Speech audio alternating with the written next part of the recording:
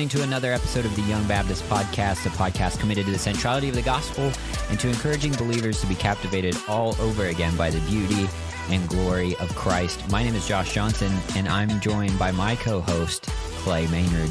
What up, Clay? Josh, we just got out of a great Sunday morning service. I just got my Sunday duds off. You're still in your Sunday duds. Yes, because I'm spiritual and religious. I call it duds because I'm trying to sound like I'm 50 plus years old. Well, you may sound 50 plus years old, but I look 50 plus years old. That's right. What I'm wearing now, actually, I would be a pretty hip worship pastor if I wore this. Maybe. Cargo shorts, is that right? Yeah, you're out. Sorry, not hip. Skinny jeans all the way, dude. Yeah, I have not been able to get into the skinny jean thing, Josh. I'm just Then you probably need to get a bigger size. Nicely done. Clay, tell me 3 things you love and 3 things you hate. 3 things I love. Number 1. A nap. 2, coffee always. And 3, I was going to say books, but everybody already knows that about me, so I'm going to say something different. I'm going to say a night with friends. Josh, you know this about me. I am all about social activity with my peeps. Hanging out. Okay, 3 things you hate. Usually includes coffee as well. But that is true. 3 things I hate. Man, hate is such a strong word. Hate is a strong word, but I really, really, really don't like you. If you know what that's from, send us a DM. 3 things I hate. I hate being late places. Drives me nuts. I hate... Just do it. Hate is such a strong word. I know, man. I hate chaos. If something feels chaotic, yeah, I am out. That's so fair. Either I'm taking over and I'm going to be in charge now, or I'm leaving. Yeah. I don't do chaos. And the third thing I hate is when people talk about my kids and then refer to their similar experiences because they have a dog. We're not going down that road today. No, sir. Yeah, not my kids aren't like your dogs. Sorry. Peace out. Boy. Drop the mic. Yeah, we're gonna move on from that one right there before things get really crazy. What about you, Josh? 3 things you love. I should do 3 things that people don't know about me. These can't be like.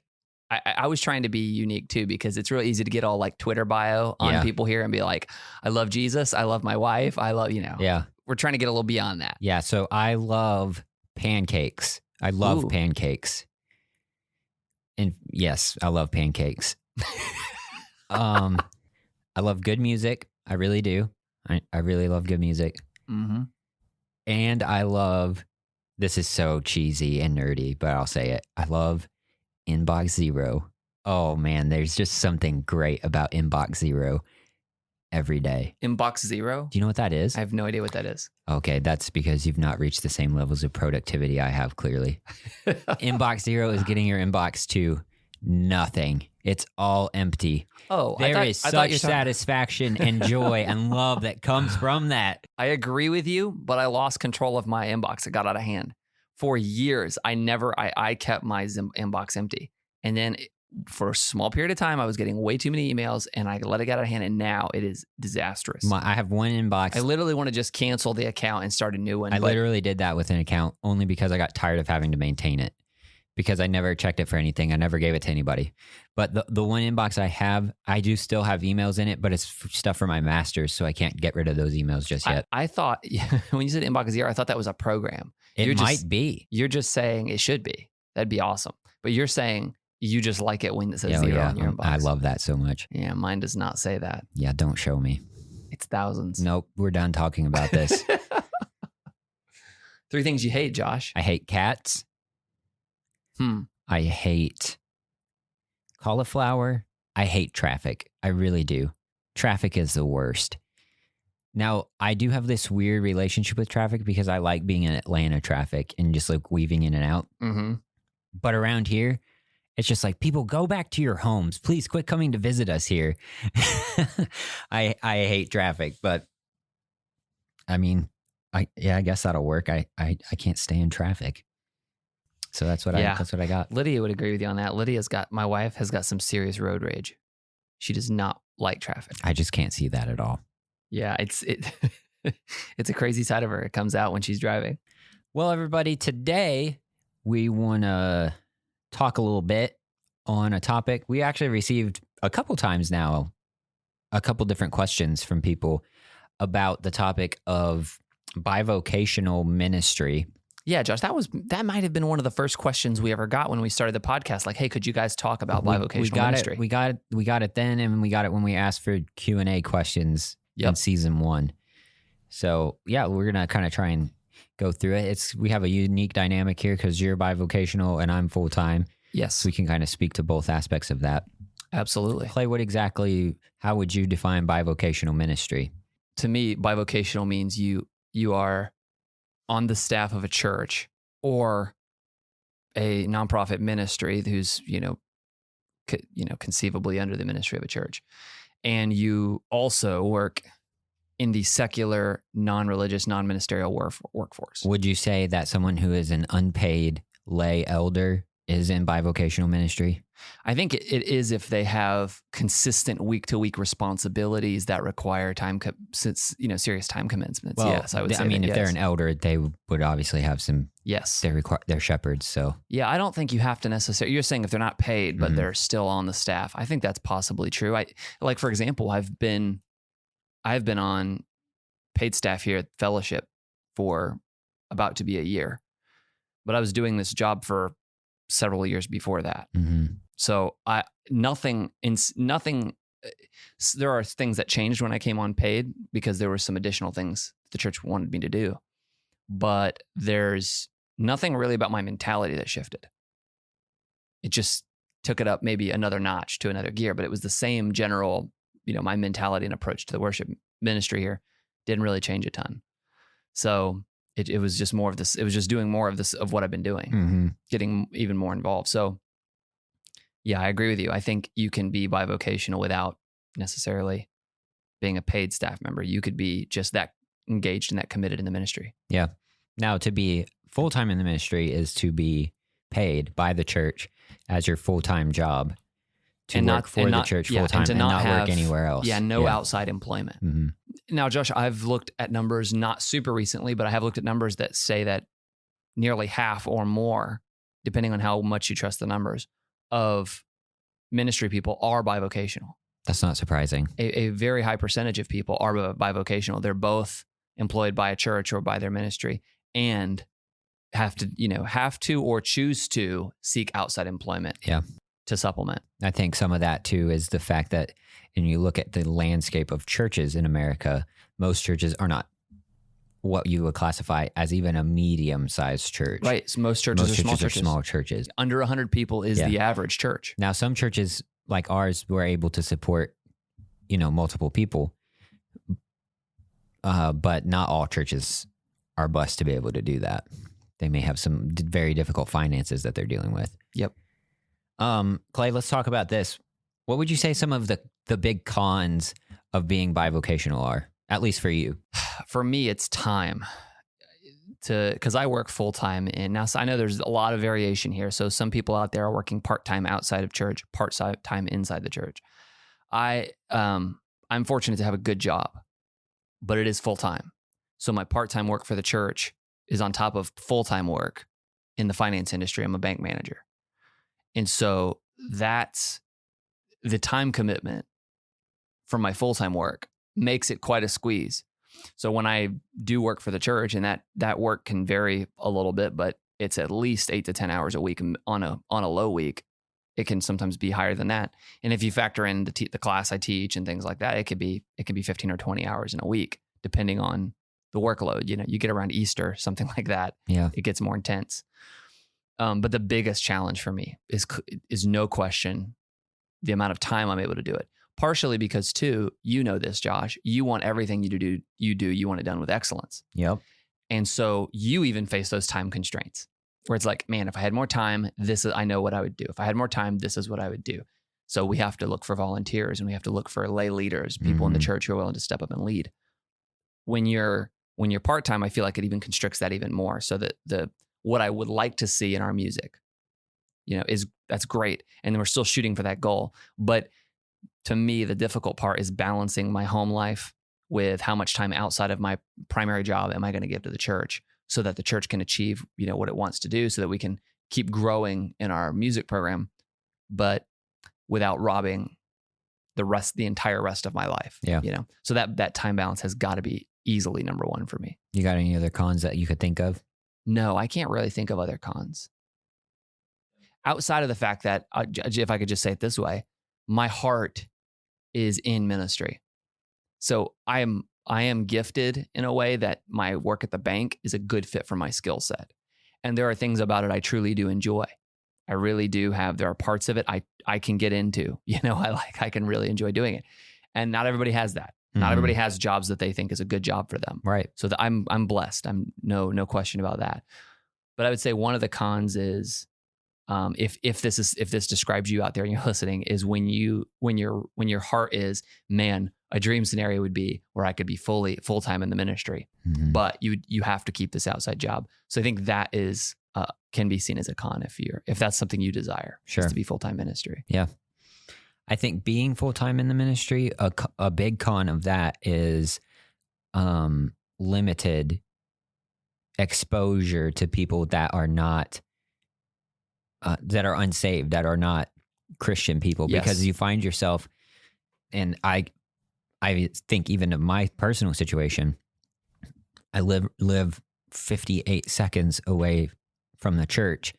I don't really get out very often. I get out on Thursday mornings to go to coffee shops, but because we only have one car, it's not really feasible for us.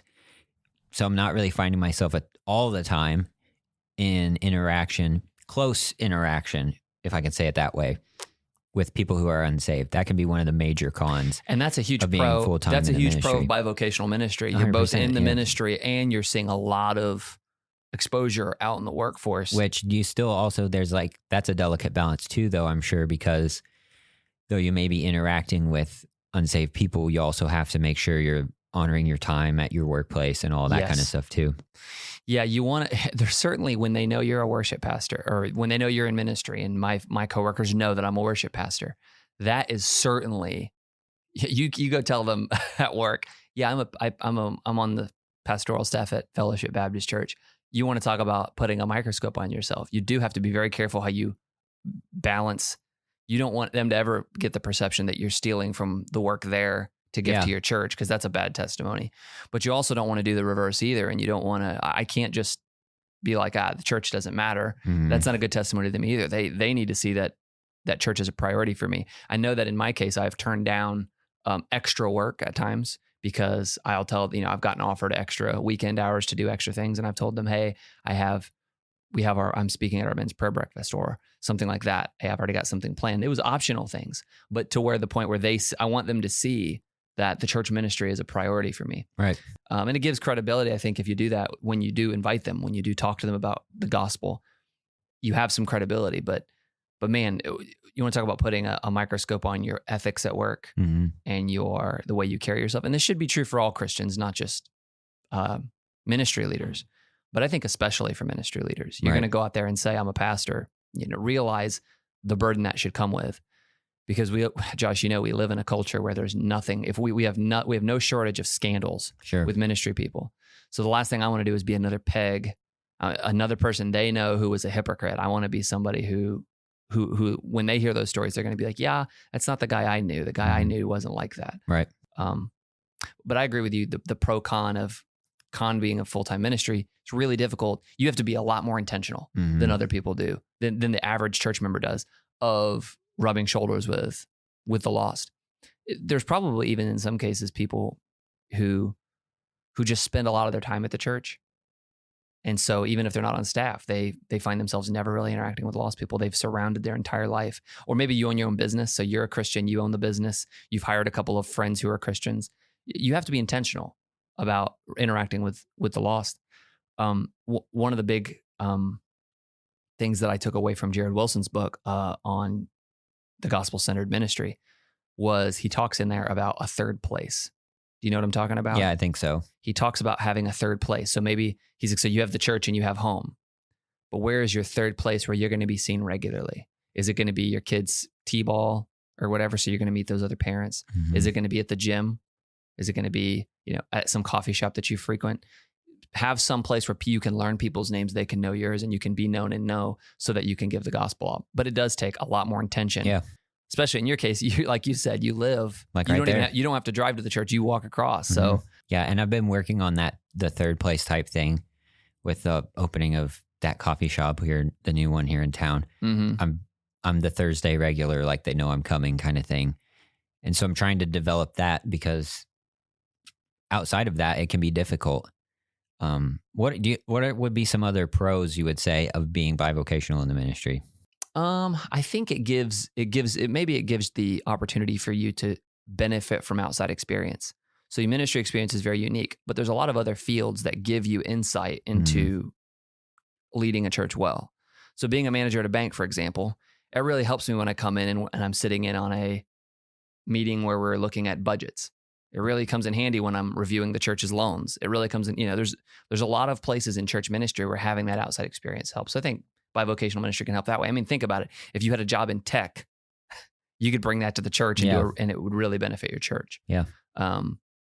So there's a lot of experiences that you can get in the workforce that can benefit your service to the church. So I think that could be considered a pro. I think I'm sorry to go back to cons here with full-time ministry, but another con of full-time ministry is that you can, if you're not careful and you're not intentional with how you budget your time, like and how you work, you can lose touch with what it's like to put in, 40 hours a week, things like that. Mm-hmm. And sometimes ministry has some flex time. There's times when you'll go out to lunch with somebody or you'll go to the golf course with somebody or something like that. That obviously you can't do in any other vocation. But I think it's important as ministry leaders, especially full-time ministry leaders, to be sure you're getting your hours in, to put in the work so that you can still, in a way, although you may not be able to fully relate to those who are in and out, clogging in and out every day, putting in the hours, and not losing touch of that struggle that they're facing. Yeah, I can agree with that. I think there's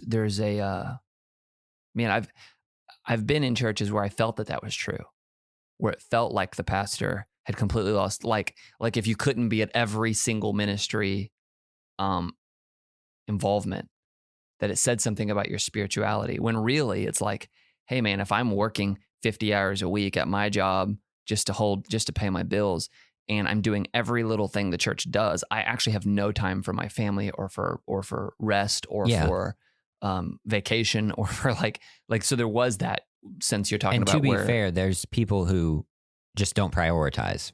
We see that for sure. Absolutely. That's the other ditch. And in certain situations, there should be, in all situations, especially from those of us who are in full-time ministry, there should be an extending of grace to people who can't make it to things, because there has to be an understanding. Yeah. Like, I don't know how else to say it, but their life is not like yours in that it doesn't revolve around the church 24/7.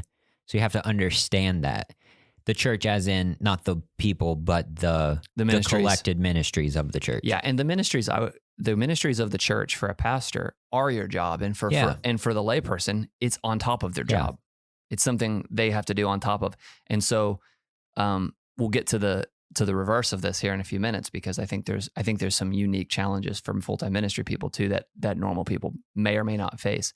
But I think maybe a good thing to talk about here is what are some good things to set you up well for success in bivocational ministry. Like you have to work outside the church, but you also work for the church.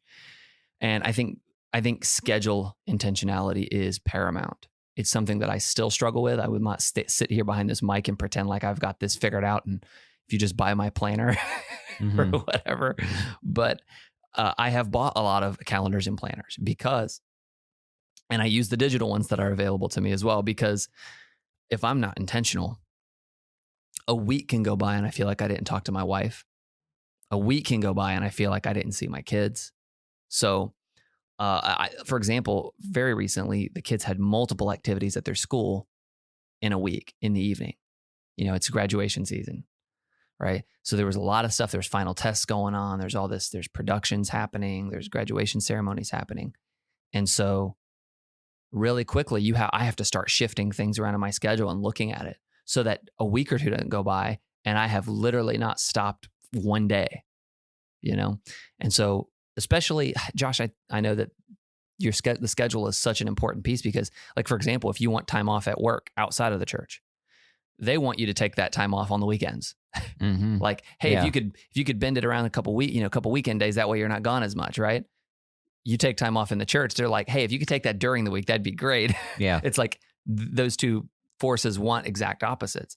And so having a healthy approach to your schedule, taking the time that you need to get rest, but just realizing you've signed up for something that's got its difficulties. Yeah. You've signed up for something and accepting that.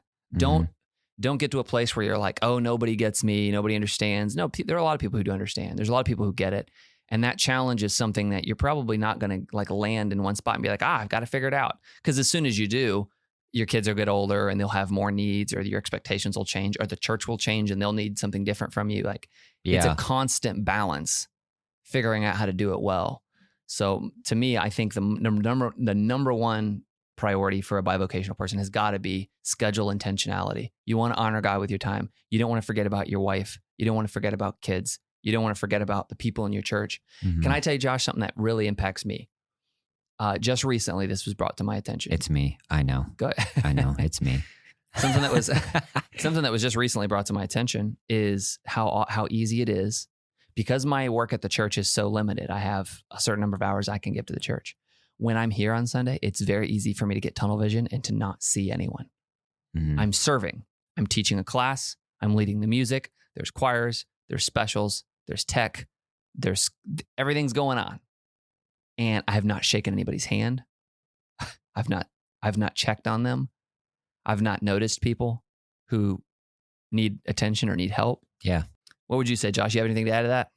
I would say there is some bleed over too as far as scheduling goes for full-time ministry, because where you're saying for Bivo guys, you've got to make sure you're intentional and not in a way overextend yourself. If I understood you correctly, I know that's kind of one of those things. Yes. With being full-time, you have to make sure you're intentional with your schedule and you don't squander your time. Yes, I agree with that. And I've noticed with you and Tyler, getting to watch you guys, I've not ever been full-time ministry the way you guys are right now in church leadership. And I've noticed so often how you guys have to, it's not that you say no to things that ask for your attention. You just have to be like, we're going to do this then. Yeah. We're going to do this here. We're going to do this. Like, you have to be intentional with how you do it. Because if you're not careful, the things that are asking for your time can just eat up your whole days. Yeah. And then you also have the potential where, like, okay, so let's take you at the bank.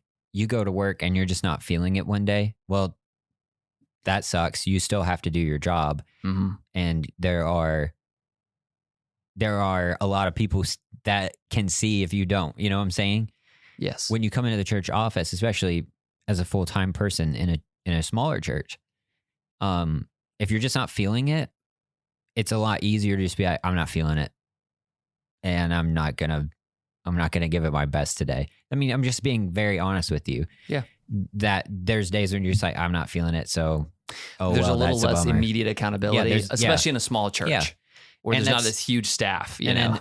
And, for those of our church members that are listening, me and Tyler aren't sitting in here squandering our time, No, it's one of the things. Jacking around all day. No, it's one of the things I respect about you guys. It's one of the reasons why I'm glad to be a part of this team, because I come in here during the week.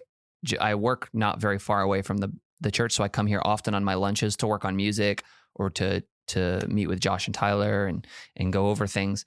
And I come in here and it seems to me you guys are very intentional. You're studying, or you're organizing for some ministry, or you're investing in yourself by reading good books or reading God's word, studying for development of classes, whatever you're doing, working on stuff for the youth ministry,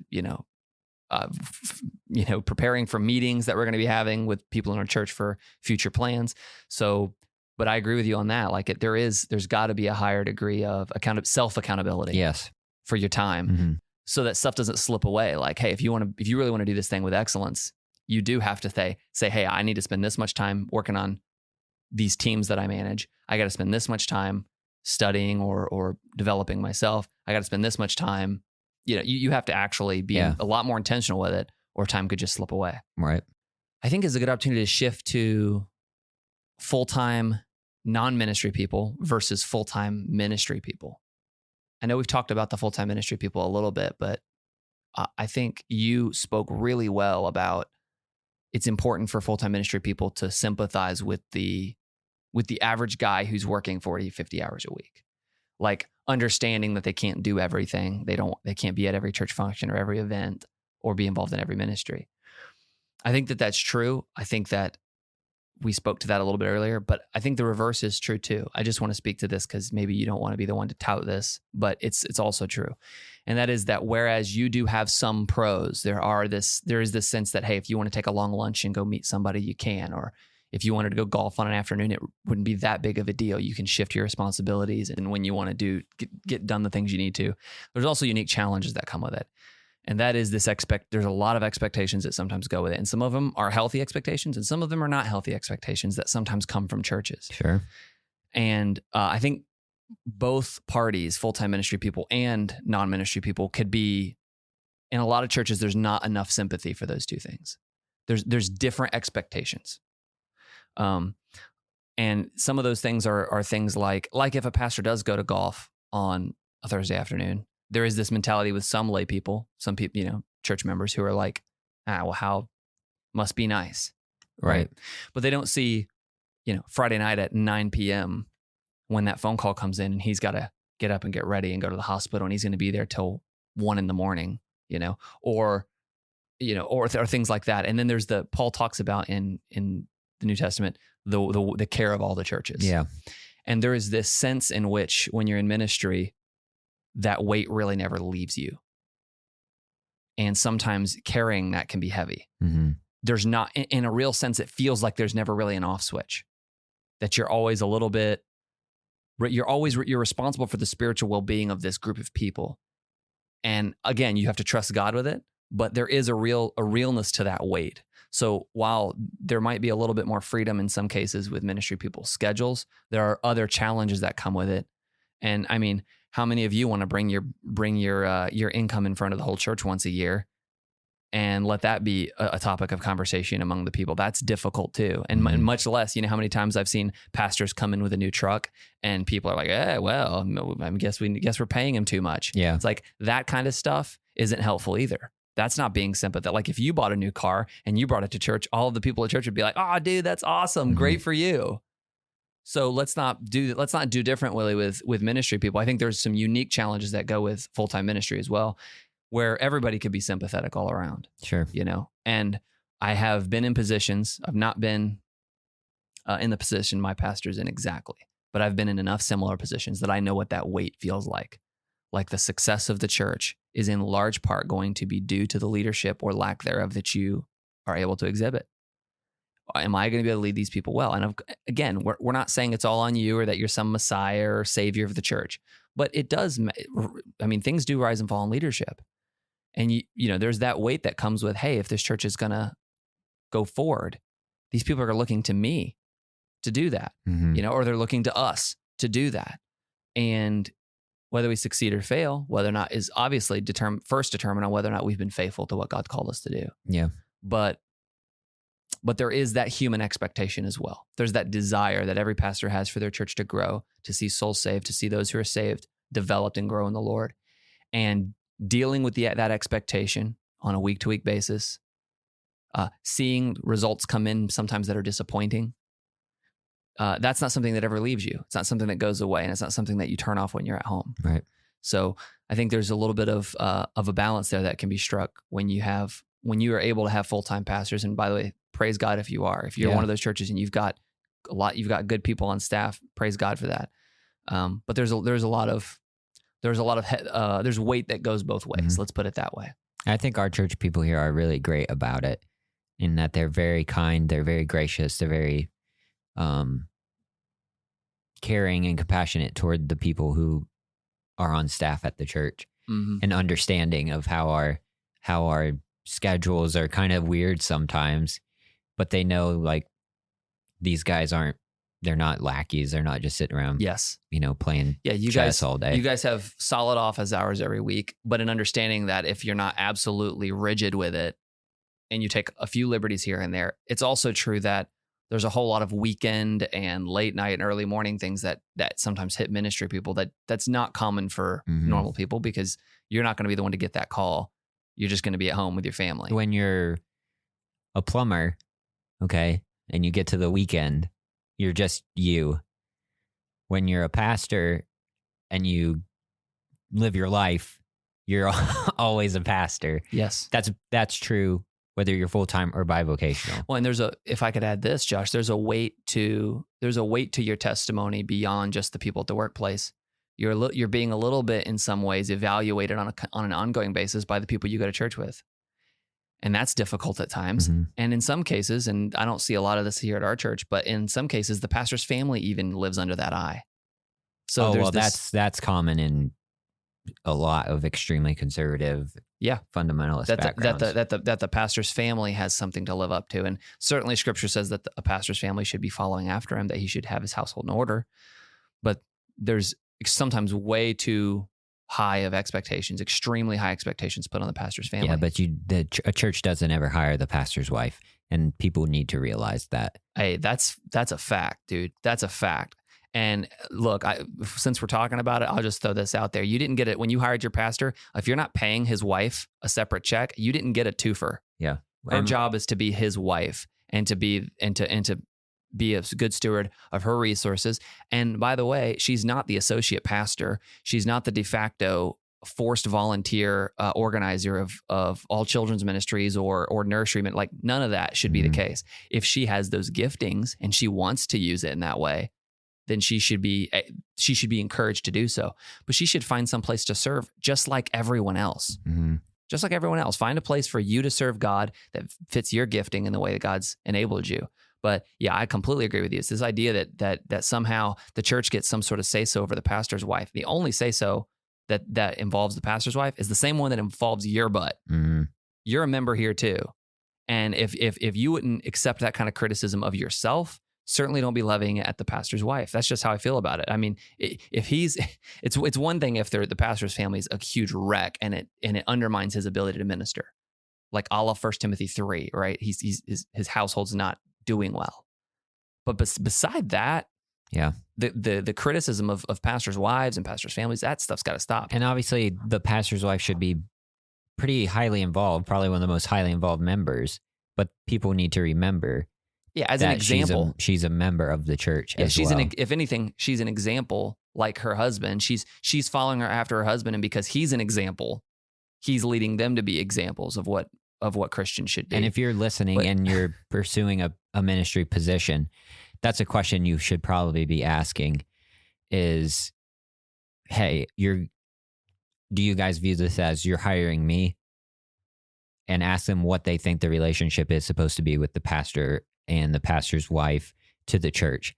And if they're thinking they're about to get a new piano player and a new janitor and all that jazz, you may want to pray about that for a minute before you just accept it. Josh, I can tell you, my wife was very leery when we first got married about us being involved in vocational ministry ever.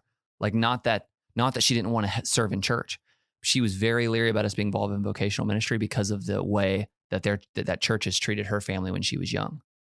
Like, there was such a weight put on the pastor's wife and the pastor's family. It was very unhealthy.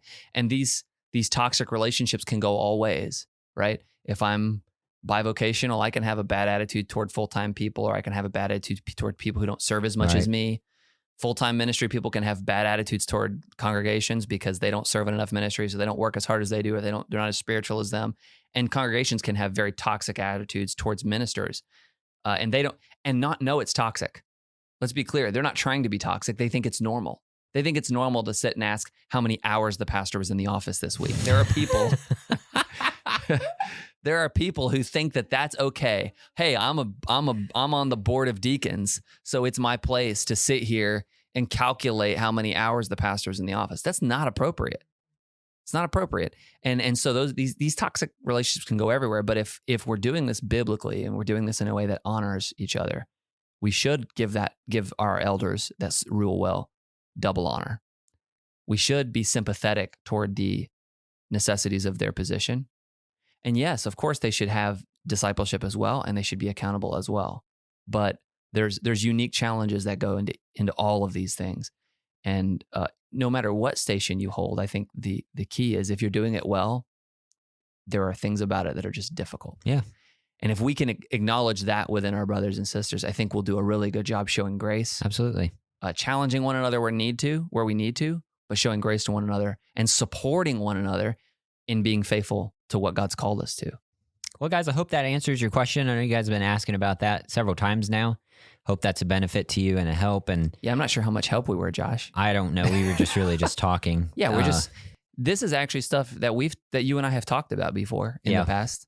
And so it kind of was worthwhile turn on the mics and see if any things we've learned could be a benefit to the people who listen to this podcast. So how about this? What about you guys? What do you think about some of the stuff we said? What are your thoughts? Hit us up on the socials and let us know. And then also let us know who you think would be a good guest to come on the Young Baptist podcast. That's a great idea. And who knows, maybe we'll be able to get some of those guests. Yeah, and cool. when you hit us up on socials or email, if you want, let us know about somebody that we can pray for. Maybe that's you. Maybe that's somebody who's close to you. Somebody who's an MVP, let's call them that. Let's just say it's somebody who they show up to church and they serve. Maybe they're a volunteer, maybe they're a staff member, but you just see the faithfulness that they've showed and the service that they've showed to God and to your local church body. And let us know. We'd love to pray for them. Absolutely. And try to ask God to encourage them and keep them faithful. There it is. There it is. Thank you for listening to today's episode. If you enjoyed the show, we'd love to hear your thoughts on today's topic. Also, be sure to subscribe and leave us a rating and review wherever you consume the content. You can follow us on Instagram, Twitter, and Facebook at Young Baptist Pod. Check out our website, theyoungbaptistpodcast.com, for more resource recommendations, our merch store, and to join our YBP community.